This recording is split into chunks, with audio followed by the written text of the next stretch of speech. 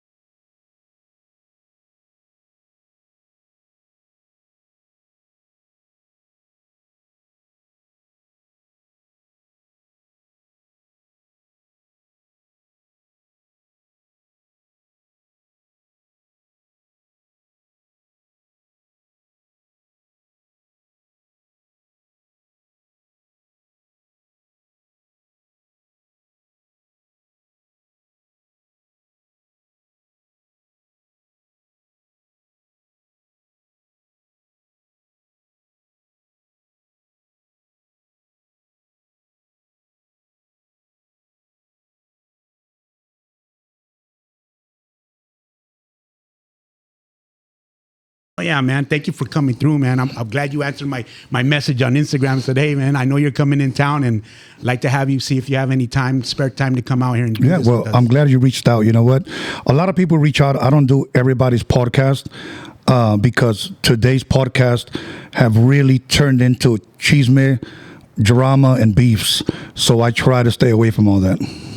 Understand, because we do see that too here in Arizona as well, but I do understand that, and it's kind of sad, man, because there's enough out there for everybody to make some feria or just make some good content. Yeah, exactly. There's enough for everybody. Absolutely. But other than that, this is DJ Tony A, the Wizard. I mean, DJ, producer, filmmaker, yes, host of the Rhodium Radio podcast. Yes. And Freaky Tales. Yes. I'm surprised you know Freaky Tales. Yeah, dude, I follow you, man. I'm on it. And they're both on Tony Vision, right? On YouTube. Yeah, one of them is separate. Freaky Tales is under Freaky Tales. Okay. And then Tony Vision, I created because I love sports, so I thought ESPN. Like ESPN will have like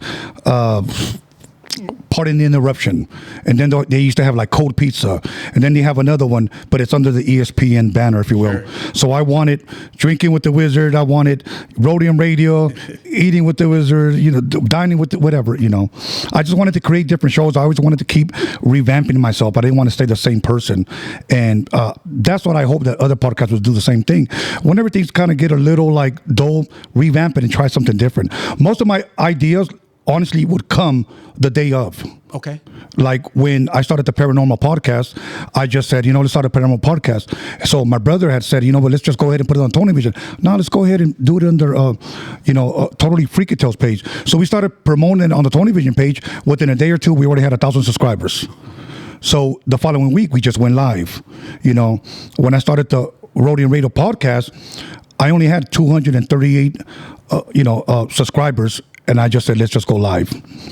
Let's just see what happens. And you went. Boom. That was it, bro. And I didn't know what the hell I was doing. I'm being honest with you. I didn't know what the hell I was doing.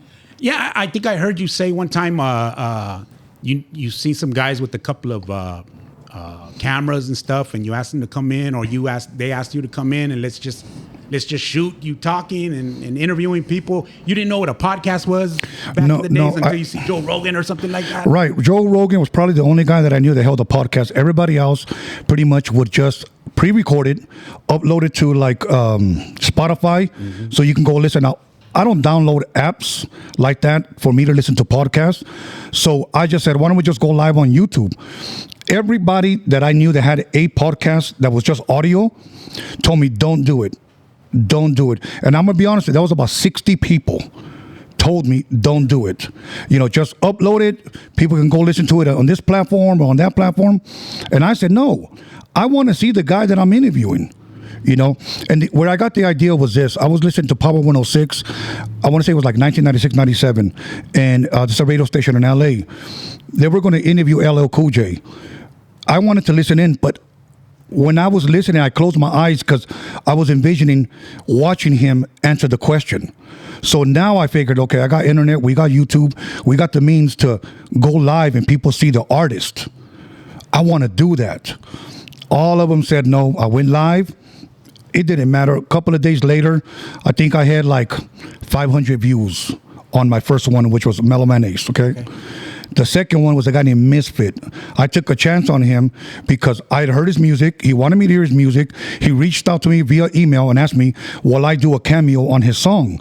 And I said, okay, well, send me the song. Let me see if I like it. If I like it, I'll do the cameo on your video. I really, really liked him. So I said, you're going to be my second guest. And he said, well, what are we doing? We're doing an interview. And he goes, what are you going to ask me? Don't worry about it. You know? So he came and I hyped him up. Like I thought he was a really, really great artist. So my second one was Highz. My third one was Highz. Okay. So if I backtrack to Mellow, within a few days, I got about 500 views. Within a week, I got about 1,000 views. When I interviewed Misfit, in 3 days, I got 1,000 views. When I interviewed Highz, the next day, it was already 1,000 views. So I saw the following coming. I thought I was, onto something. But here's where it freaked me out. I'm being honest with you. And within a month, I hit 10K subscribers. Whoa. And I kept seeing every time I refreshed, it kept going up like 100. So I told my buddy, hey, bro, I think this shit is broke. And he was like, why? He goes, it's going up too fast. I didn't think people were watching, bro. Really? I thought maybe 1,000 people, but no. There was a lot of people tuning in, and people that didn't even like me, rappers, started hitting me up. Can I get an interview? And you know what? And I said yes. I had 25,000 subscribers in less than a year. I saw a couple of podcasters who have big names now. They were struggling. One guy was literally drunk. He was filming himself on his phone, put it up on Instagram, and said, man, I'm trying to get my subscribers up, bro. He says, somebody out there, help me out. I'll help you too. So I reached out to him, and I sent him my number, and he said, whatever you need, let me know. Then he hit me up, and he said, hey, let me get an interview. Okay. Came in, literally, hey, everybody, subscribe to me. He only had about 6,000 subscribers. Today, he has a little bit over 200,000 subscribers. Oh. Now, I'm being honest with you when I say this. Don't even talk to me no more. Wow. Yeah, don't even talk to me no more. As a matter of fact, he's had guys on his podcast diss me. And you know what I did like a man? I called his ass up. Yeah. Hey, bro, he didn't answer. Wow. Told you I was going to tell you the truth. Did anything spark that? Did you say anything? Did he say anything? No, nothing. We were good until then. And then another podcaster who has a pretty big channel, almost has 100,000 subscribers. Same thing, reached out to me. Hey, bro, let's get together. Let's do this for the raza. Look, bro, people say that raza and culture shit to try to get something free from you. I hear that. Okay, that's what they do. Whenever they tell me, hey, man, you know what? Would you come and DJ or host this event? Or I charge this much. Do it for the culture. That means do it for free. Yeah. Okay? Yeah, I'll do something, but you know what? You have to pay, bro. Sure. So he came. He did the same thing. At the time, you think he didn't even have 10,000 subscribers on his channel. Hey, everybody, I want my subscribers to be his subscribers. This is a good man, blah, blah, blah. Within 6 months, started dissing me. And let me tell you something. I'm going to tell you why people do this. Because they think that there's only one seat at the top. Yeah. Yeah. That's what they think, bro. And they have to be number one. No, there's room for everybody. There's room for everybody. There's room for everybody. There's money, there's shine, there's room for everybody. And it always pissed me off because I was like, I'm helping these motherfuckers. And this is the way they come at me. So I called him up too and he didn't answer. So. Now, did you see this early on in the music industry as well? Or any time in the music? No. Not just early on. No. Not like this. Let me back up to the NWA days. This is 1988. And I'm like 19, okay? And I'm in the studio with Dre, with Easy, Cube, Yella, all the guys in there. And I'm just a fly in the wall, bro. Because I'm seeing what they're creating. I see Dre on the drum machine, they're on turntables. And people have always said this, oh, you sold out because you're over there hanging out with those negros. Well, at that time, I didn't know any raza that was doing rap, right. 1988. So that's how I always defended myself with the truth. Sure. And I was learning from these guys, Sure. you know, and all of that, what I learned, I took home and I applied it to myself. I met Highz. We ended up getting signed to one of the biggest record labels in the world, Disney. You're the first one, Yeah, right? yeah. The first Chicano And black, yeah. artist to be signed to Hollywood/Disney Records. Yeah, right? and to have a cover, to be on the cover. And believe me, I got hate on that by my own people. I don't have no black haters. I don't have no white haters. I don't have no Japanese haters. They're all raza, bro. All of them. And that's funny that you did, because when we're out here listening to your jams, we see you on the cover with Highz. Right. We're like, that's one of us. That's dope. I want to do that. You know, yes. You inspired a lot of us, because I like to say I used to be in the game a little bit back then too. Got shafted, but not other than that. We seen you on the cover. And we're like, I think we have a step in here now. You know what's funny, bro? That I would get love everywhere else but at home. Like, that's just the way it was, bro. I honestly think that it's probably just a LA thing, because I would go all up north, bro. I would go all through Texas, Colorado, New Mexico, Arizona, and the love was amazing, bro. But you get back home. Maybe you got love because you had Dazza on the tour too, dancing in the background. No, Hey, a lot of people don't know. Let me tell you a story how I met Dazza, okay? Yeah. She was a teenager. I think she was 18, I believe. Okay. And my buddy, let me give my buddy Angel a shout out. I'm in the room practicing, just cutting and practicing. That whole girl shit, when I was a teenager, I didn't care about all that. Hey, bro, we got 40s, we got rooms, we got some girls coming over. I'm staying home and I'm practicing, bro. You know, because I always told myself, one day it'll be my turn and I need to get it in here. So I was practicing. So he literally said, bro, I'll pay you. I just need you to come DJ this party tonight. And I go, why? You know, and he goes, I'm trying to get with this girl, bro. And I said, where is it at? And it was maybe like almost an hour away from us. So I had some stolen church speakers that a crackhead gave to me. Yeah. I had a realistic mixer from Radio Shack and 2 beat up Technique 1200s, okay? But I had my vinyl, and I knew how to DJ. I knew how to rock a party without scratching. I knew how to rock a party. So we loaded up, and we go over there, and out comes Dazza looking like $1 million, bro. And I'm like, who in the hell is that? And she said, how you doing? I'm signed to Thump Records, blah, blah, blah. That didn't impress me. I was like, okay, you know, okay, let me listen to your shit afterwards. All right, cool. DJ the party. They thrashed that shit, and everybody left. I stayed, and I helped her clean everything up before I took my equipment, okay? Then she asked me, what do you do? And I said, well, I'm producing, and I'm putting together an album, and, you know, we may need a good-looking girl like yourself on a video. And she was like, okay, well, here's my number, call me. So the day before we shot I'm Not Your Puppet at the Rodeo Swamp Meet, I called her up and I said, hey, if you want, you can come down. We probably only need you for about an hour or so and give you $100. Sure. She said, okay. She came down. We've been friends ever since. I took her on tour with us. She danced for us. And the rest is history, bro. Hell yeah. Yeah. And this is before she was the lowrider queen, you know? You know, this is before that. And then she started blowing up. Come on, come through. So I would go support her at these car shows. You're So a beautiful chick. I'll tell you that much. yeah. Nice looking chick. And we're still friends up to this day, bro. That's why when I asked her when I interviewed her a couple of years ago, sure, let's do it. So we reminisced it. But yeah, she was a teenager, bro, when I met her. Teenager. Yeah. Now you said you told us a little while ago you were in your room. All you wanted to do was master the craft. Mm-hmm. Did you learn that from watching Dre and those guys in the studio, or was that with Steviano? Rest in peace, Steviano. Yes. That with him? No. Let me tell you the story of it. And I always have to mention my friend Nathan Gale. Rest in peace. He was killed right out of high school. My black friend, cool dude. I love the guy. We've known each other since junior high school. And one day he asked me, do you know what scratching is? And I was already blending because I started DJing when I was 11, 12 years old. Wow. Okay. And because my brother was a DJ, so he had 2 belt drive turntables, so I knew how to blend in a song into another song. Sure. So he said, no, what's scratching? He goes, you know, when you grab the record and you go back and forth. And I said, I never heard of that. So he said, I'm going to run home and I'm going to bring the record.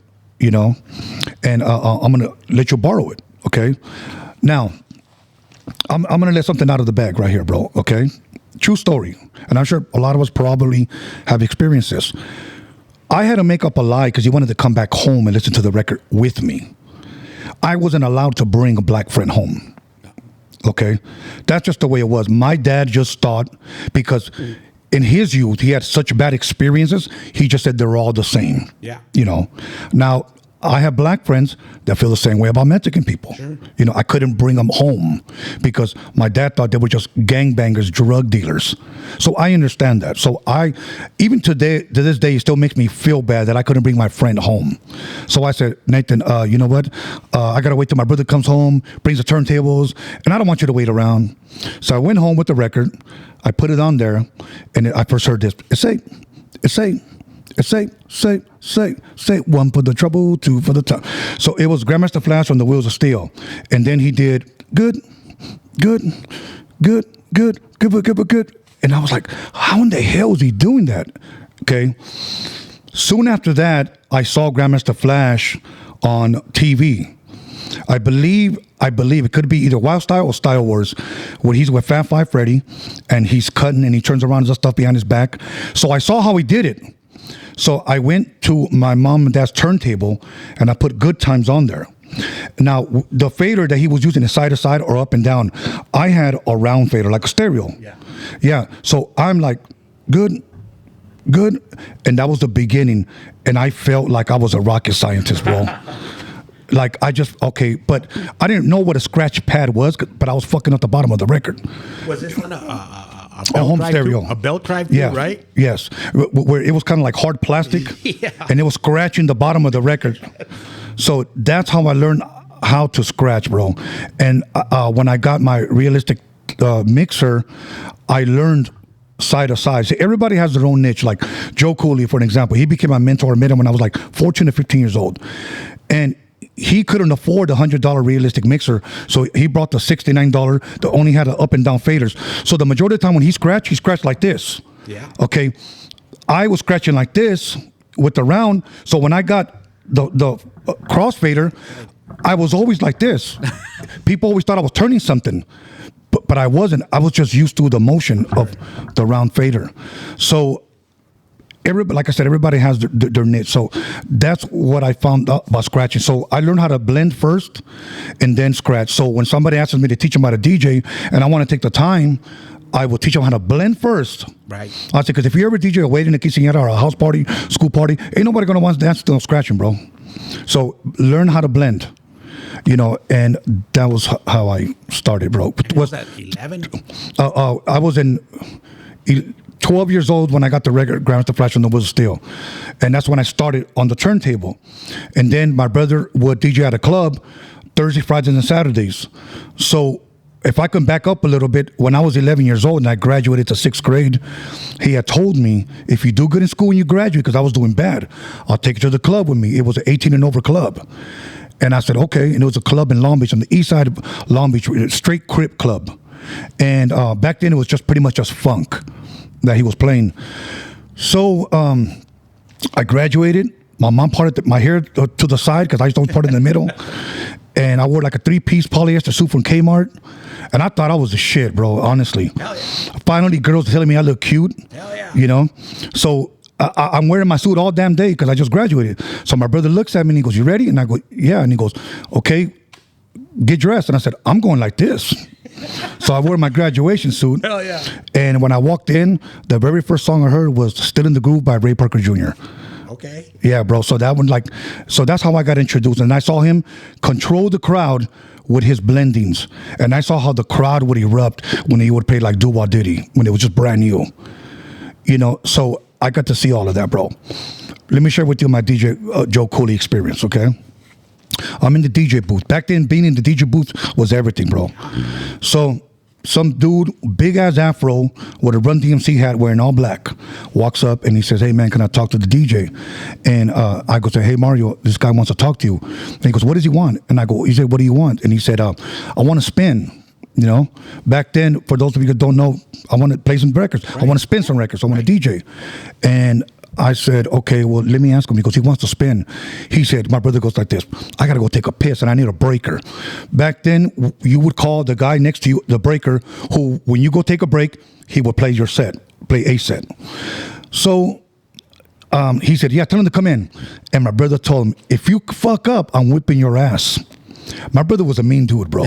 Okay? Like, he would talk to people without considering, you're probably hurting their feelings, bro. Calm the hell down. So he goes, this is my brother Tony right here. Whatever you want, tell him. So my brother leaves and he tells me, do you have Let's Work by Prince? And I said, yeah. And he goes, do you have the 12 inches? And I said, yeah. He goes, give me 2. So I stopped and I said, what do you need 2 for?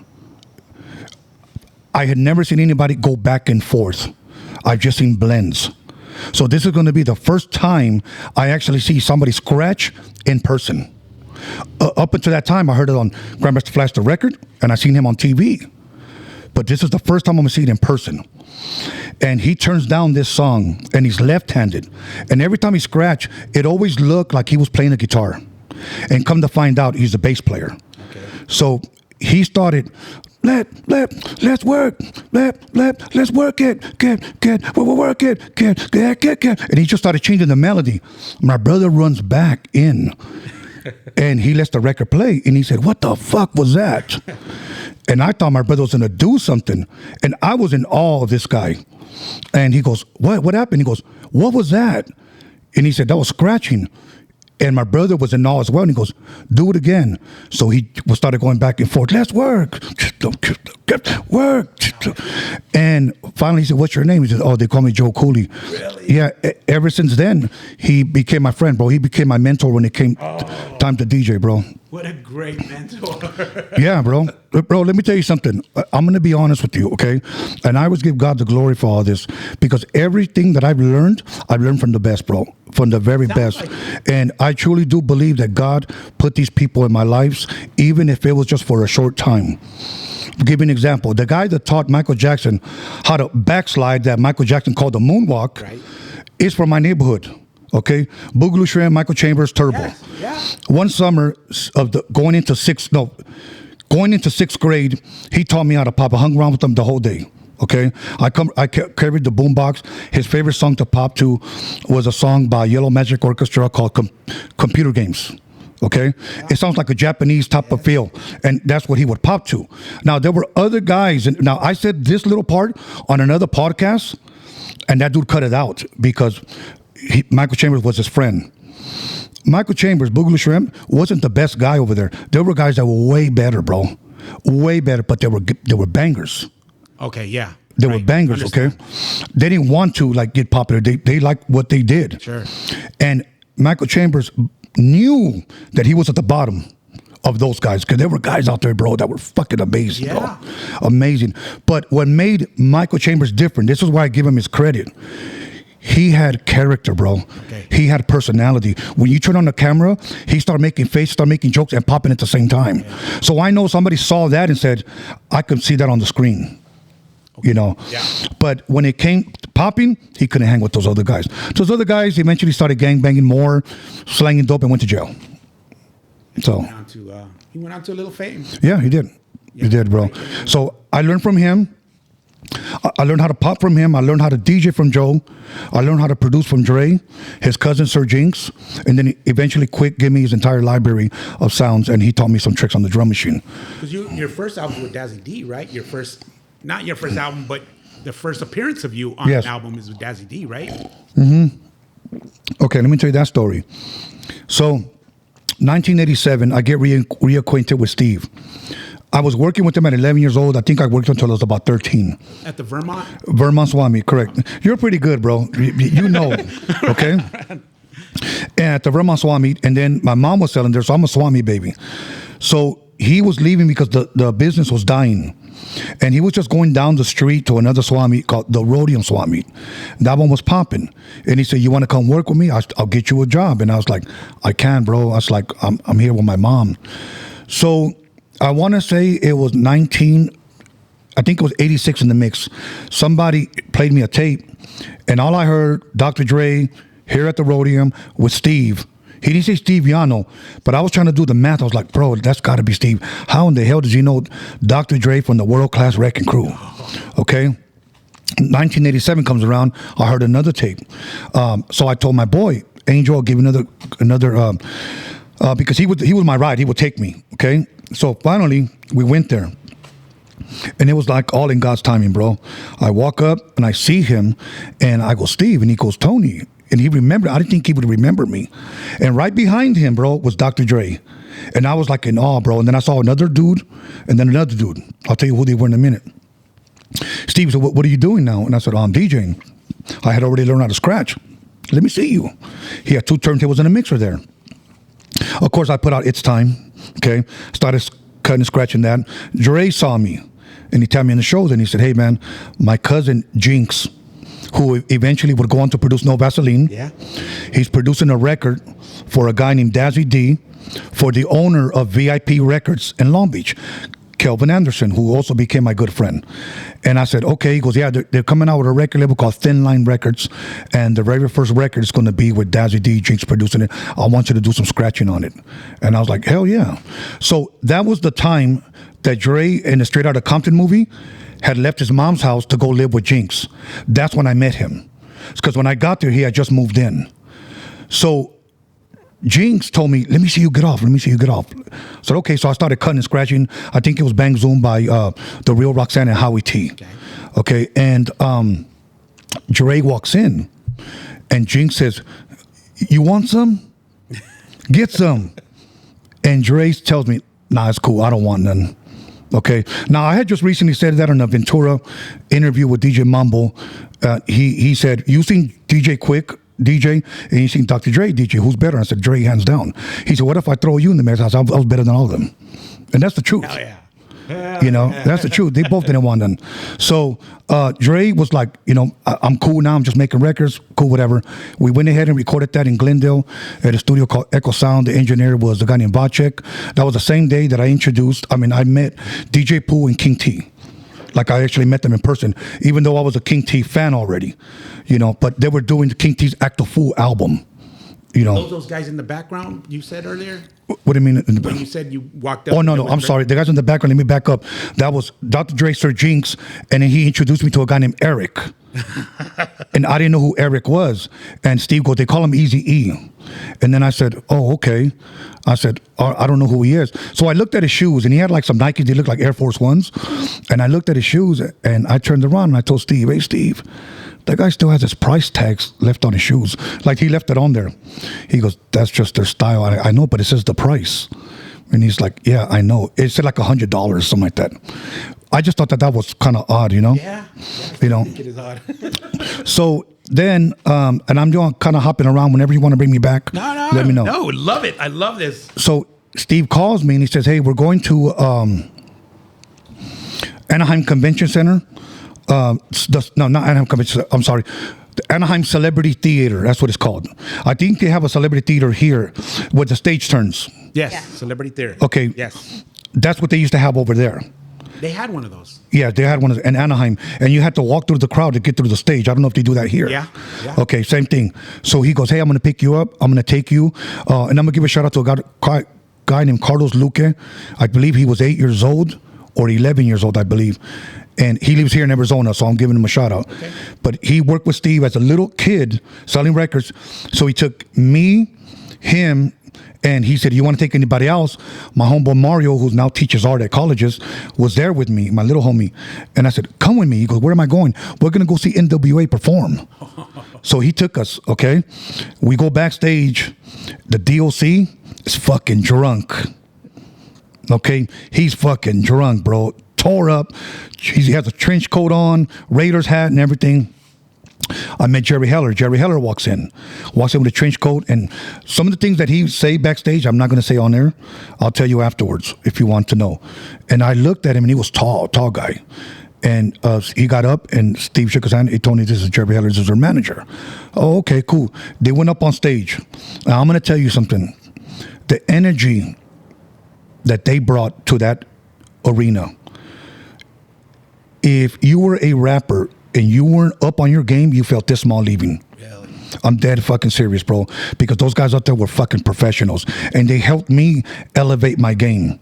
That's why sometimes if I feel that an artist deserves this, I'll take them to a certain show.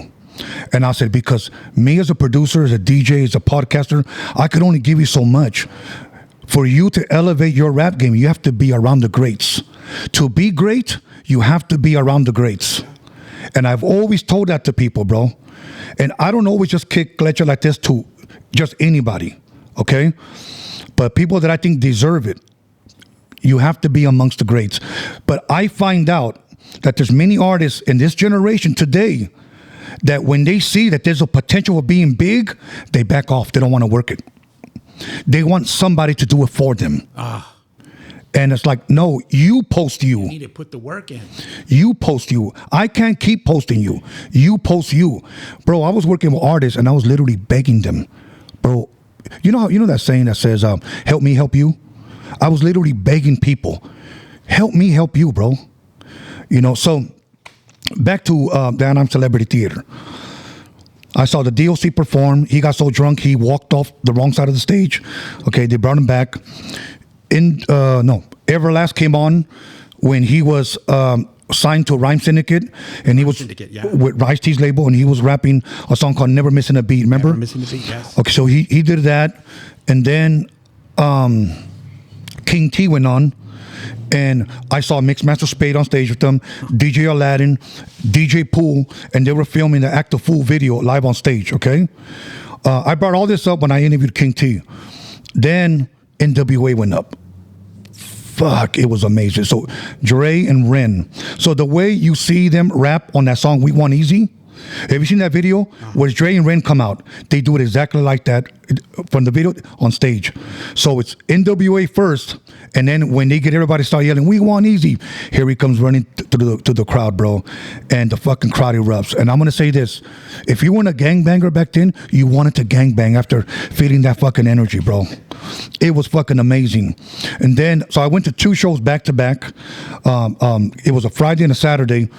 The first night, Ice-T headlined it when he dropped that Power album. Yeah. Okay. The second night, NWA headlined it. Now, I remember this.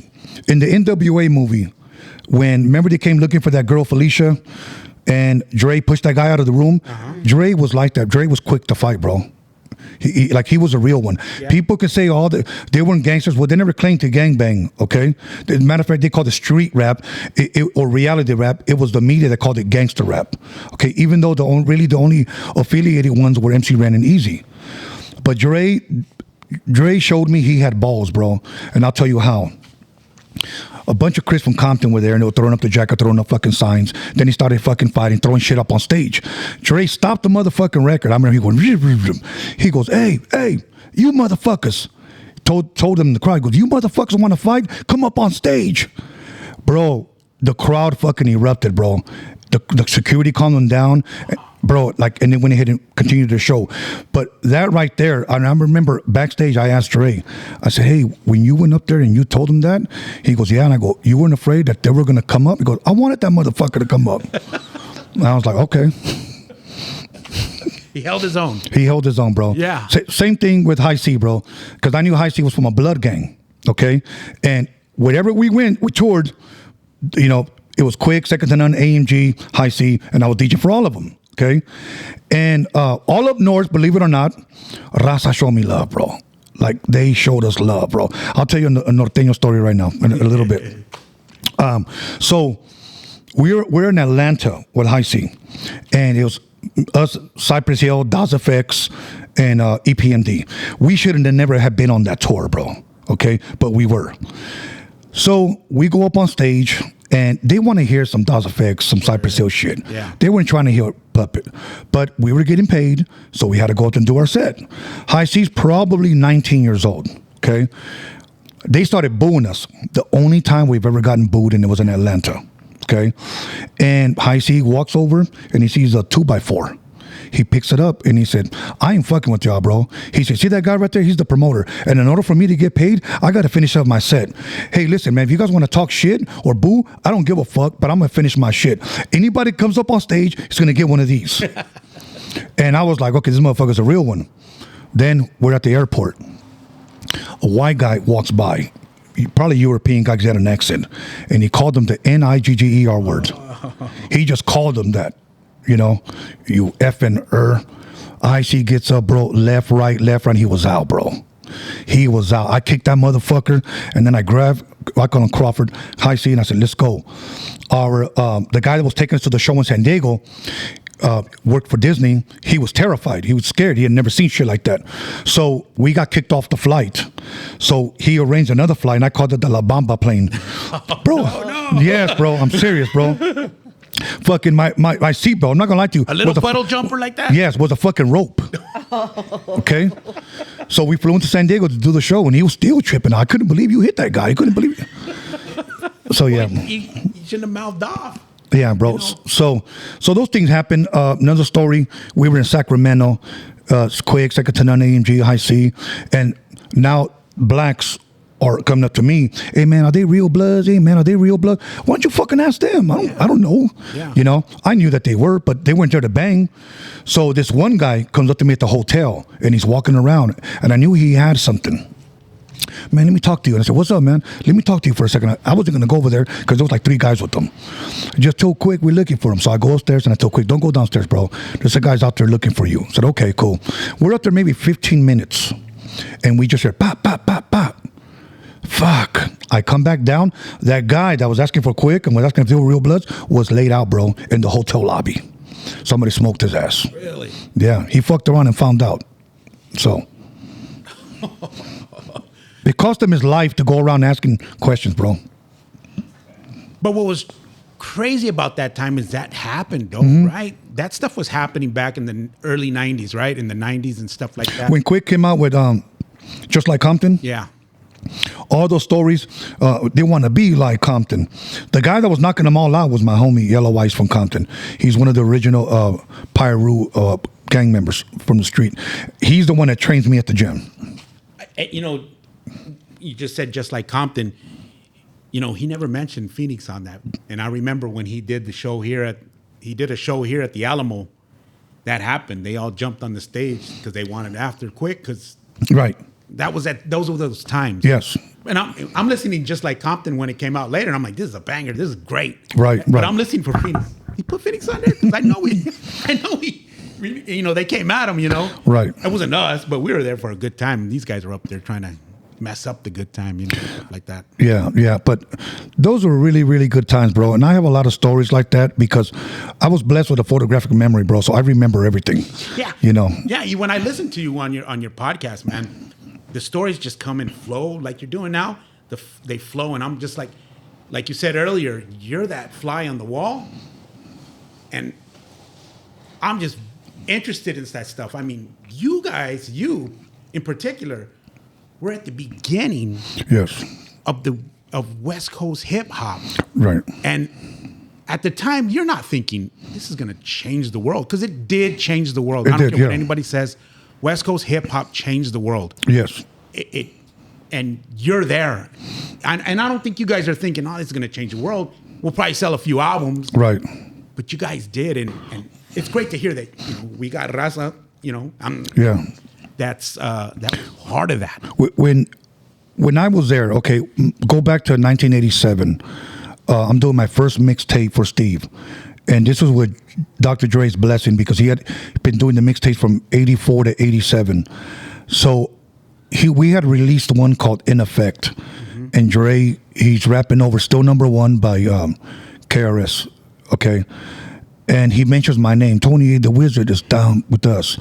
And I fucking felt goosebumps, bro. Like, it was amazing that Dr. Dre would say my name. So after that, he tells me, hey, listen, man, we're going to be getting really busy. I can't be doing these tapes for Steve anymore. But we'll still rap on them, you know, until we get too busy. We can't. And I said, okay. I said, but I don't have 4 turntables. I thought he was doing... Because the mixes were just coming in too fast when I would hear him on cassette. Yeah. He said, you don't need 4 turntables. You need 2, and he'll show you how to use them. Now, he had a little box right there, which I didn't know what the fuck it was. When he brought it to my house, I told Steve, I don't have 4 turntables. And he was like, you don't need it. I have this. What is that? the Beatles recorded on this, the Doors recorded on this. Everybody, it's a 4-track. It's a Tascam Porta 1 4-track. Well, how does it work? So he walked me step by step. So JJ Fad had just signed to Ruthless, and Dre had redid Supersonic because Rudy Pardee, the LA Dream Team, they're the ones that produced the first version of Supersonic. And before that, I don't know if you knew this, but there were 5 girls, not just 3. Yeah, and from what I understood, that one of them was a Latina. She was the DJ. Okay, yeah, from I believe Pomona or somewhere. And I have to go back and listen because Arabian Prince told me the story. And well, he reiterated the story when I interviewed him. But when they did Supersonic, Steve goes, "It's not out yet. It's 1987. It didn't come out till 1988. He said, I have the promo. You know, in other words, the test pressing, the DJ copies." And I said, okay. So that was the first one. And I remember Steve looked at me and he said, by this time next year, he said, you're going to be very well known. And I said, how? And he said, these mixtapes. And I said, okay. He goes, they're going to keep you relevant. And I didn't even know what the word relevant was. And I just said, all right, cool. So he paid me $100 for the first one. The second one, $120. So he went up every tape $20 till we reached $200, and that's where he kept me at $200. So with that money, believe it or not, I was buying dope to sell. I was just a nickel and dimer. I didn't want to be big time because I knew big time dope dealers that only had 2 options, dead or in jail. And that's what was always told to me. You're going to have dead or in jail. You have talent, stay out of here. So I would sell 20s, 10s, 5s just to buy more records, buy a new mixer, buy needles, whatever. And so one day I get a beep on my pager. And we're working on a cassette. We don't know what to call it. Steve would always call those mixtapes whatever word was trending at the time. So I went outside and I served the guy a 20 and he saw me. What did you just give him? I said, a $20 rock. So let me see it. So I showed it to him and he was like, oh, wow. He said, then what's all that money? Why come you have 2 different stacks? I go, well, this is my spending money. This is recop money. And he said, what's recop money? What I buy more stuff with? So he named the tape Recop.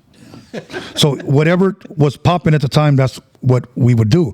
Dre rapped on that one and Easy rapped on that one. So they came over to my house and all my buddies, all my homies, like my gangbang homies, were all outside and all that's Easy because they had just dropped Boys in the Hood.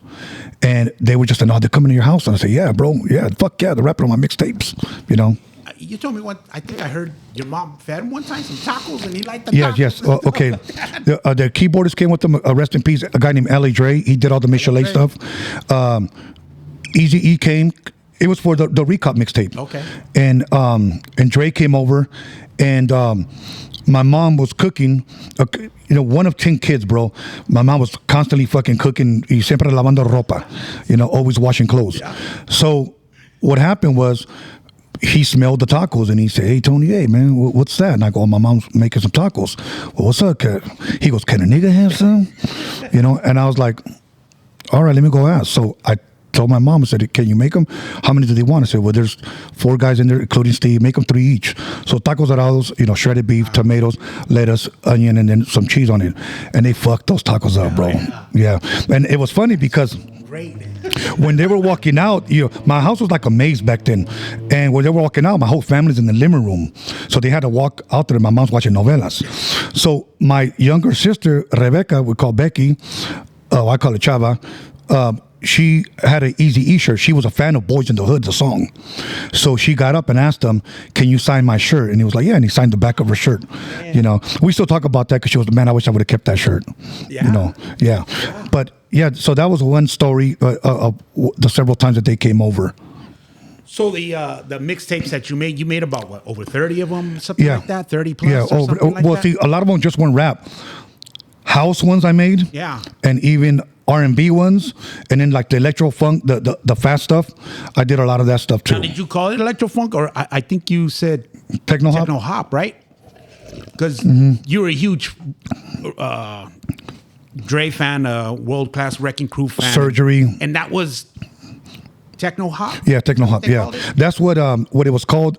Unknown DJ or DJ Unknown. He did a lot of that stuff on his record label, Techno Hop. Okay.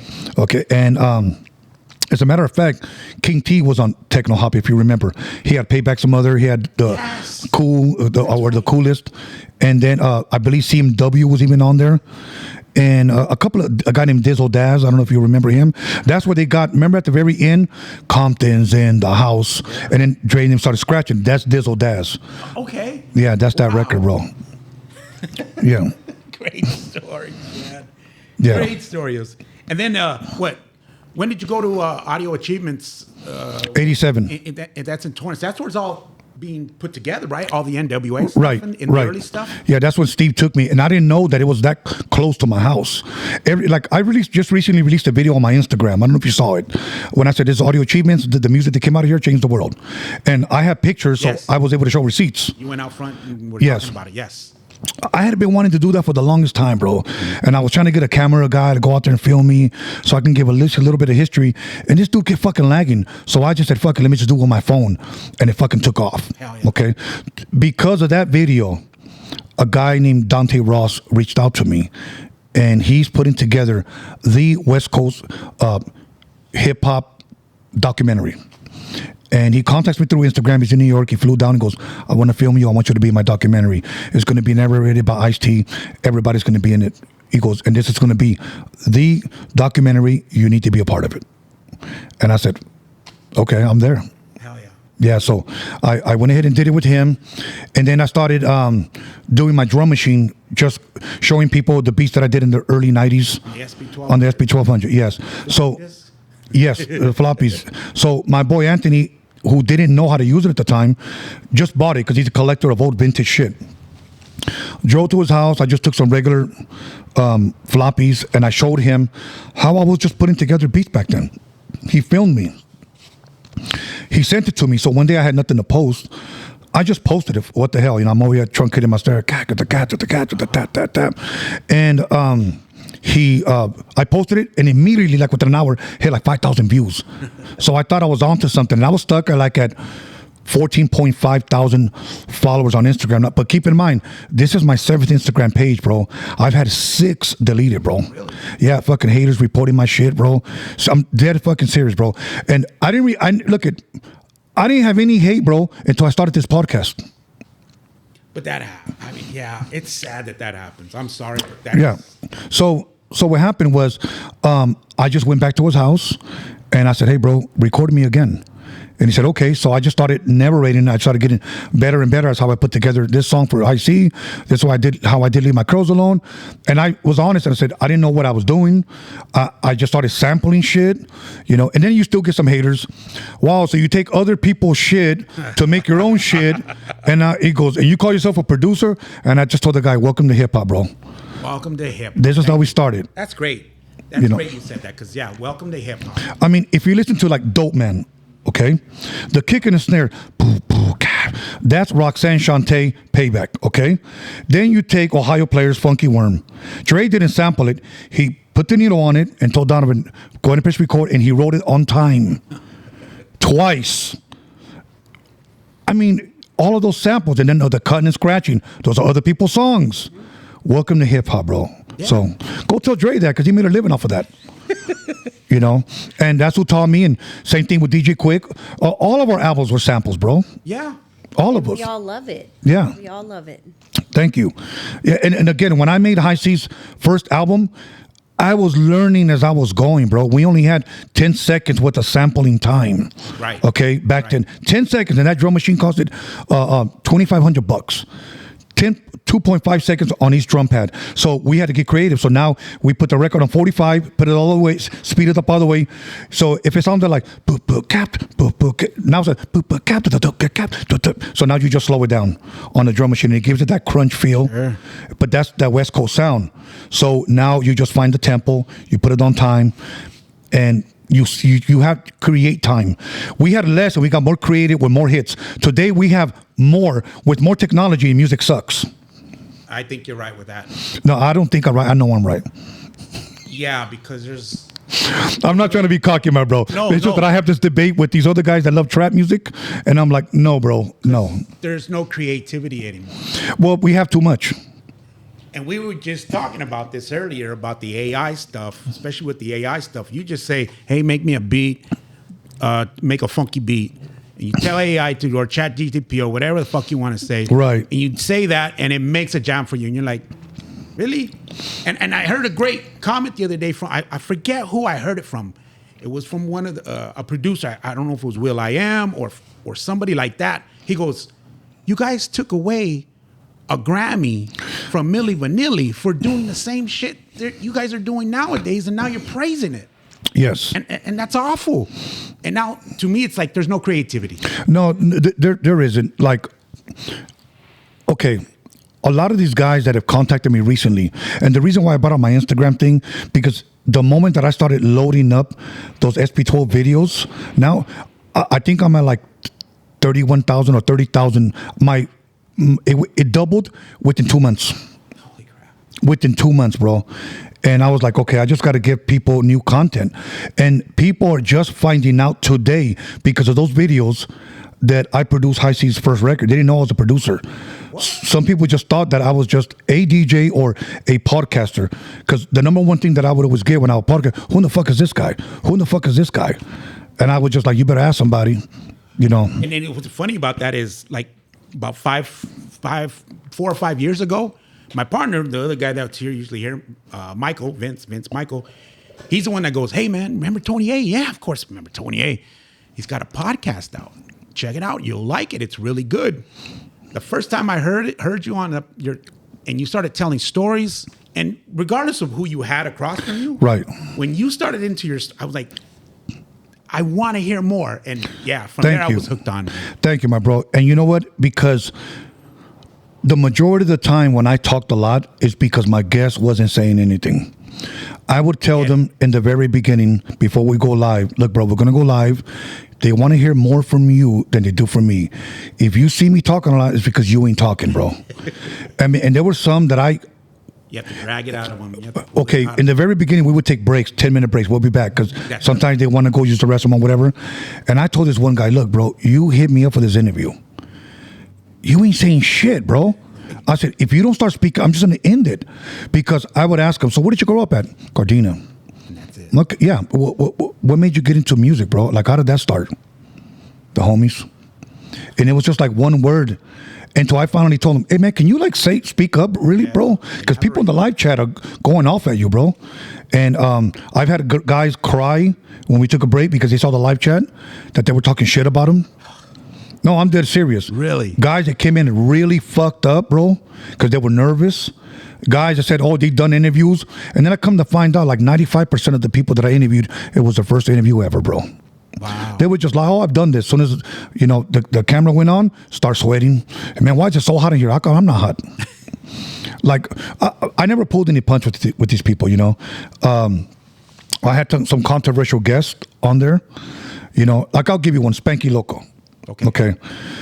I don't know if he was an active guy or whatever, but he slept Night Owl. Do you remember that? Yeah. Okay. I had Night Owl on before. Right. I had talked to Night Owl and I said, hey, Night Owl, I know this is a 15-year beef. If I can, you know, bring peace to it, are you willing? And he said, yes. Okay. Now, I'm sharing this story because I don't know if I don't recall ever sharing this story before. So I'm going to give you a little exclusive on this. I consider Night Owl a friend. He's from San Diego. Right. I met him in 1994. I only met him once. The second time I met him was when I interviewed him. Okay? Up to that point, we only had a phone call relationship. So I hit up Spanky Loco, and I've never met Spanky. As a matter of fact, again, 95% of those people that I interviewed, I had never met before. And he comes in, and he estaba bien tomado, like he was fucked up. He sits down, and at the very end, we take a break, and I ask him, people want me to bring up the Night Owl situation. Can I bring it up? And he said, no. Fuck, okay. No problem then. Up to that point, we were just talking about his music. He gets a phone call, and I hear him laughing. Okay, you do what you got to do. And I'm seeing him from afar off. He hangs up, and he walks up to me, and he says, what did you want to ask me about Night Owl? And I was like, what the fuck? And he was like, yeah, what do you want to ask me about Night Owl? I said, could we ever come to an understanding where you guys at least sit down and talk? He goes, okay, ask me that. So I thought he's finally going to give me an answer. So I asked him, I said, hey, listen, I know you guys had this beef. And I felt the tension in the room between me and him because his knee just kept up and down like he was nervous. And I said, Night Owl's a friend of mine. You've been cool. You showed me nothing but love. But I want to know if we can ever sit down and squash this. And he just blew me away with his answer. He said, what the fuck are we talking about here? So what he said, he goes, the fuck? Who in the fuck is that? And he just mouthed off. I was not expecting that. So I just wanted to take control of the situation because it's live. So I said, okay, I just thought that maybe we could bring peace to a situation. But anyway, so your album drops when again? And I just moved on from there. Okay. I call up Night Owl right after the show and I said, hey, bro, I'm sorry. I couldn't make it happen. The next day, Spanky calls me and he says, are we still good? Yeah, there's no problem. No problem. We're good. Are you sure? Yeah, it's no problem. About a year later, when I finally got closure, somebody from San Diego calls me and he's drunk and he tells me, can I talk to you? And I was like, yeah. And he goes, I just want to tell you this. And I said, okay. And he goes, were you there with Spanky when he got that phone call? And I said, what phone call? He goes, the night you interviewed him. And I said, yeah, he got a phone call. I had asked him a question. He goes, what did you ask him? Will he be willing to talk about Night Owl? And he said, no. He gets a phone call, right? And he goes, yeah. And he goes, okay. Night Owl got his number and called him. And told him, you better tell the fucking truth. We're out here waiting for you or some shit like that. Night Owl called and threatened him. Literally, he bamboozled his own peace, if you will. After that, so when I asked him, would you be willing to sit down with him? He's pretty much already saying, fuck no, this guy just fucking called me and talked shit to me. I didn't know that, bro. Yeah. So first thing I did, I said, hey, Spanky, let's have lunch. We went to have lunch and I asked him, did he call you? And he said, I don't want to talk about it. I said, no worries. No worries. I called him Nato, who's been a long-time friend, bro. And I asked him, and he said, yeah, so what? Why did you put me in that situation, bro? And ever since then, bro, we never spoke again. Wow. Yeah. And here I was going out of my way to try to bring peace to this guy, bro. But no, it didn't happen. So there's a lot of situations like that where it got ugly with our people, bro. I'll give you another one. Yeah. A rapper up and coming calls me up and he says, hey, I got beef with so-and-so. What the fuck does that got to do with me? And he was like, well, I need you to bring peace between us. Just call the motherfucker up and talk to him, bro. You know? And he was like, no, I need you. I want to do it on the show. Bro, I don't run the Jerry Springer show, bro. This is all fucking rap. That's it. Okay? So I knew the other guy. So I called him. And he said, nah, bro. He said, this guy wants to start a fake beef. And wants to bring it to the show that you made things, good again because our albums are dropping soon. Yep. So they wanted a little bit of publicity. I said, I ain't doing that shit. So they went ahead and just did it anyways between them. And then shit got personal because they got mad at each other in real life, bro. And then they started banging against each other in real life. So something that was supposed to meant for promo really got fucking serious, bro. So I try to stay away from all that shit, bro, honestly. And then you had guys that would message me, when are you going to interview an active motherfucker? I'm like, what the fuck are you talking about? This is music. What the fuck, an active dude? Like, I don't go around checking people's paperwork. Right. There was a rapper that came in. I think the guy's fucking dope, bro. And I think this is why they hate on him. Because he's dope. He's talented, bro. That happens. I'm about to interview him, and I'm sharing this for all the podcasters, people that want to start it, especially if you're Raza. This can possibly happen to you, okay? So they call me. Hey, T, what's up? The guy you're about to interview, he has bad paperwork. What the fuck does that got to do with me? Oh, he's a PC.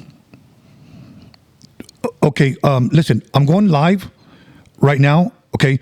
I'm going to ask you one question. tell me the fucking truth, bro. Have you seen the paperwork? Well, no, but they told, I don't give a fuck. Enjoy your night. I hung up. Let me tell you something. That interview got me a lot of fucking views. But people on the live chat, he's a PC, he's a piece of shit, he's fucking no good, he rolled it up. Shit that has nothing to do with music. So now, this guy saw everything that people were writing, bro. I think on the live chat, we had maybe about 600-700 people. You know, and that's not including the people that are not watching, right, you know, outside the live chat. So he sees when we take a break what they're saying, and he tells me this: "Hey man, can I address this? I want to address this." And I said, "Look, let me ask your manager here." And I said, "Do you think by him addressing it, he's going to be able to change their minds in a couple of minutes?" And he said, "No, don't address it. We're here to promote a record." So that was it. But he wanted to address it. I would have thought if he was a real dude that rolled it up, I would think he would want to stay far away from that. But he wanted to address it. So afterwards, he told me a story. And he said, "I was locked up with a dude that I couldn't stand out here. And me and him, we had our beefs in there, and I got the best of him. When he got out, he went around telling everybody that I rolled it up. So when I got out, everybody was like, 'Hey man, we heard this. We heard that.' He goes, 'Let me ask you this. Has anybody provided any paperwork?' I said, 'I just heard it 15 minutes before you went on. We went on, bro. I don't care.' I've never met a hater in person. I did a show, a big show in State Line of Buffalo Bills last year. Finally met one guy that comes up to me, and he slaps my shoulder like this. And I get up, and he didn't realize how much taller I was because I was slumped on the couch. Bro, I was about to pick this motherfucker up and drop him on his head, bro. And he tells this girl, 'Record this.' I said, 'You ain't recording shit.' And I said, 'What the fuck you want, man?' And he looked at me, se puso nervioso, and he was just like, 'Well, I'm just saying, you know, that you interviewed a PC.' What the fuck does that got to do with anything? Have you seen the paperwork? Yes. I go, 'You seen the paperwork too?' She goes, 'Yes.' I go, 'I want to see it then. I want to see, and if that's true, I'll take it down. But you two are the only ones out of hundreds of people that have told me that guy was a PC and never provided anything.' Well, I'm just saying, bro. It's just I used to like you and I used to look up to you until you did this. It's just a podcast, bro. I said, if a radio station interviews this guy, are you going to call the radio station and say, 'I don't like you no more because you guys interviewed'?" No, I understand that. We haven't dealt with that too big here Right. on our podcast, but you do get some people saying, "How come you don't interview this guy and this guy?" Like, we'll eventually get to you. Right. There's enough for everybody to go on. Like we said before, there's enough. This is, and your podcast, like you keep saying, it's about music. Right. I'm here for the music. You know what I mean? Well, they take the fun out of music. Those people, they take the fun out of it, bro, because after a while, you know, over 400 people have my address. Ask me how many people have ever came knocking on my door and wanted shit. Not one. Okay? Look, if you get at them directly, it'll keep them from coming at you sideways. So everybody that comes, they get to know me, and I don't fuck around, bro. Look, I'm not the hardest dude in the world. I'm not a gangbanger, but I'm a man. And if you're going to talk shit to me, I'm a very confrontational person. I am going to call you out.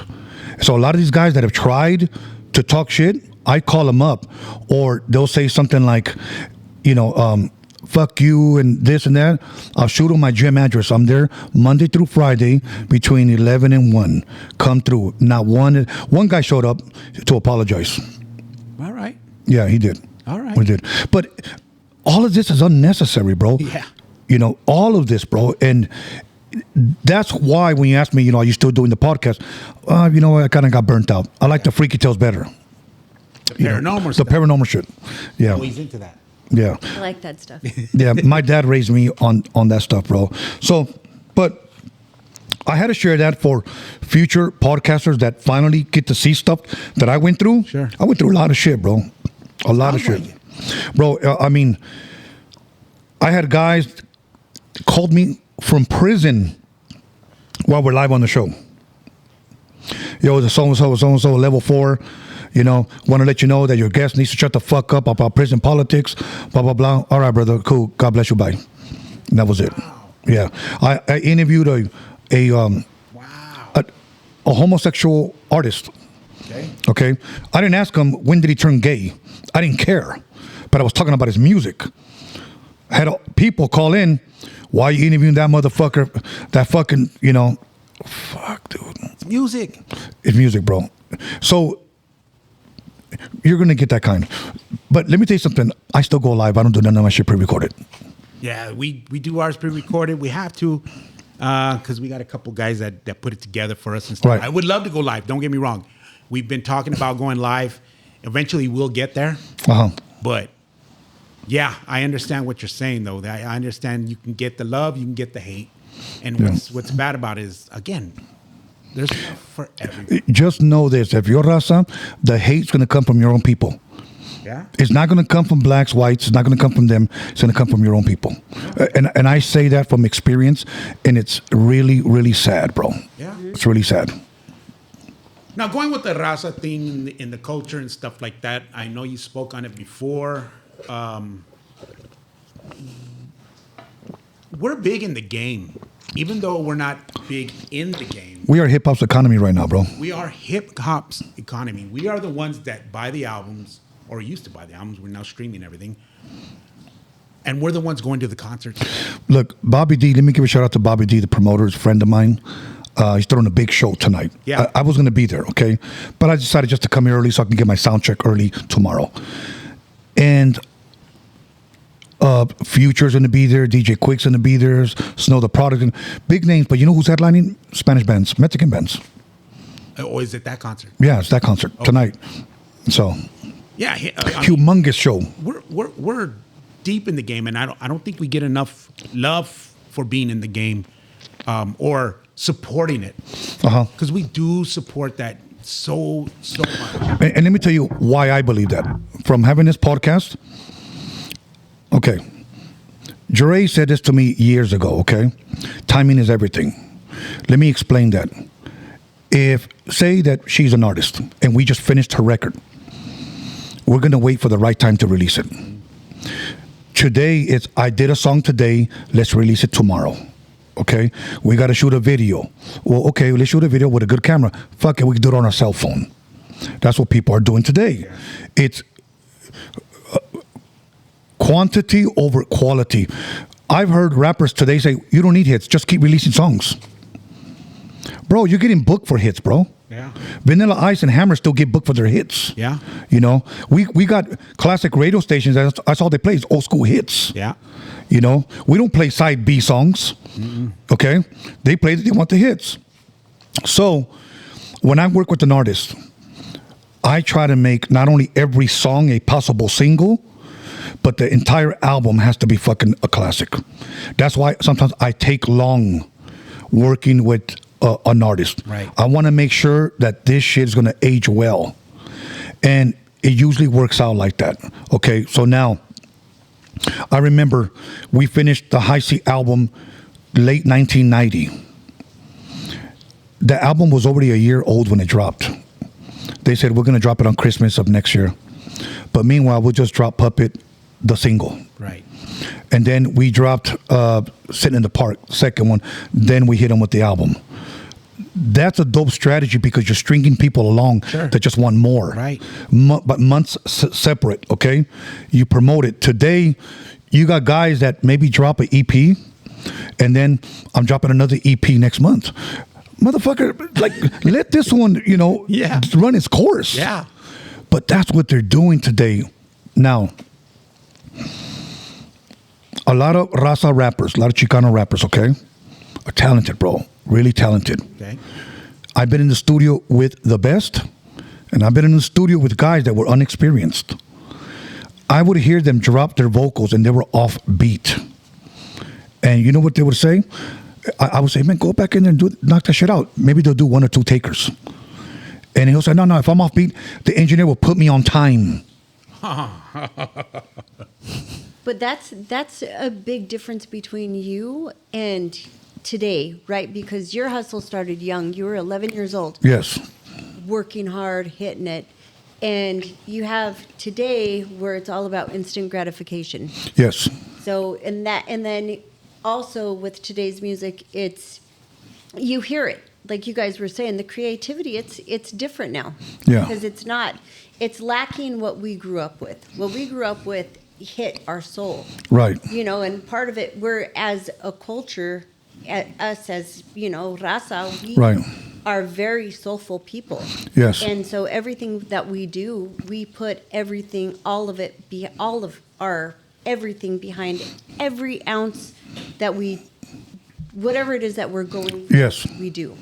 And I think that's a huge difference between what you have and working, and it has to be a huge struggle for you, right? Yes. Like when you're working with these artists today.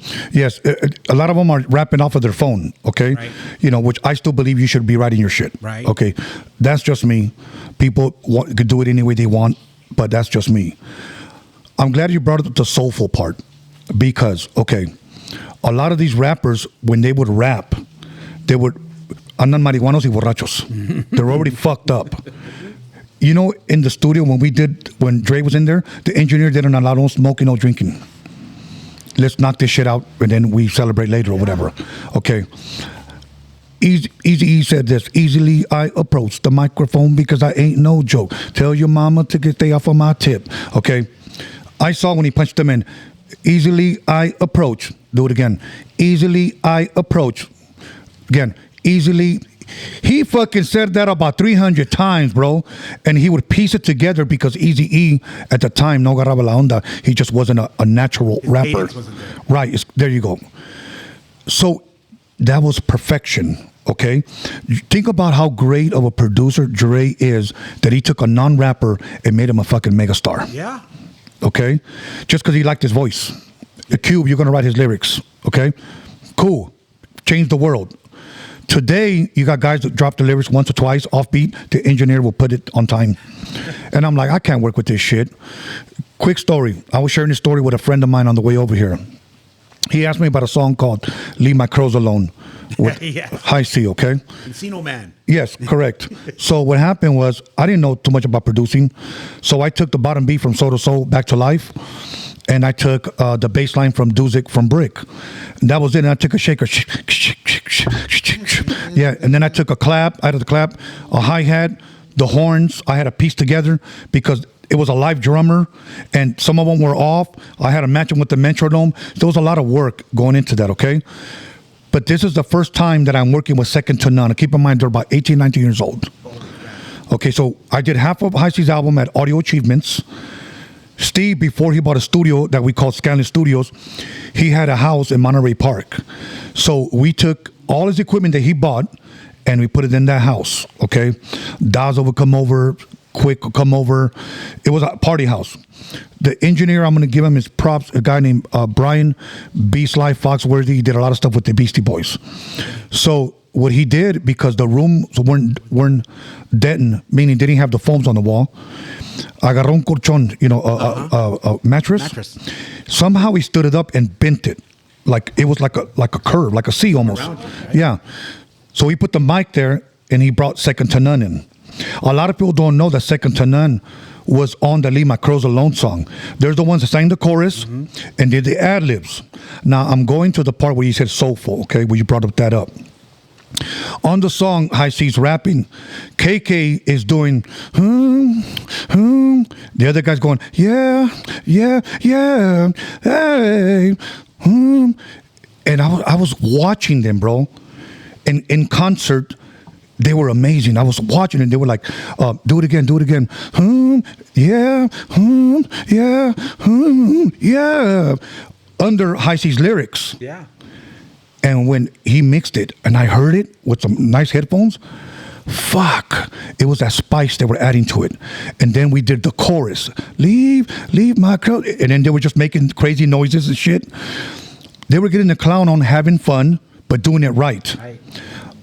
That soulful sound that they were bringing, I believe is what's lacking in people's music today. Nobody does those ad-libs. You know, I'll play for you afterwards what I'm talking about.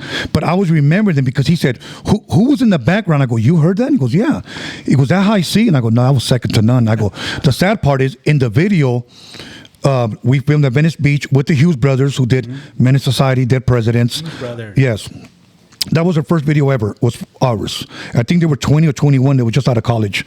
And we did that video, and we did it at Venice Beach, and Highz featured Quick, who had nothing to do with that song, which he should have featured second to none because they were the ones that sang the chorus and the ad-libs under. But yeah, Sam Perkins was there from the Lakers. Eazy-E was there. That's right. Yeah. There was a lot of people there, bro, that were contributed, you know, to that video, bro. But it was really, really dope, bro. How does it get into Encino Man? Okay. And we'll talk about Blood In, Blood Out as well, because I was supposed to do a song for that.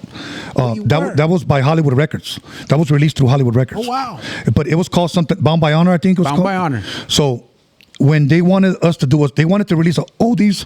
I think Rick James, Super Freak was on there. They released a CD with the oldies, and they wanted to do a rap version of, like, we're going to get some rap songs to put together a Bound by Honor soundtrack. Sure. We didn't get a chance to finish it on time, and not enough songs were turned in. They had a deadline, so they just canceled that. So we were supposed to do for Bound by Honor, or yeah. So they asked me, can you do a song for Encino Man? Okay, what do you guys want? We want something dancey. Highz didn't really like what I was doing. So we had a deadline. So they just said, fuck it, we're just going to use Leave My Curls Alone. We like it.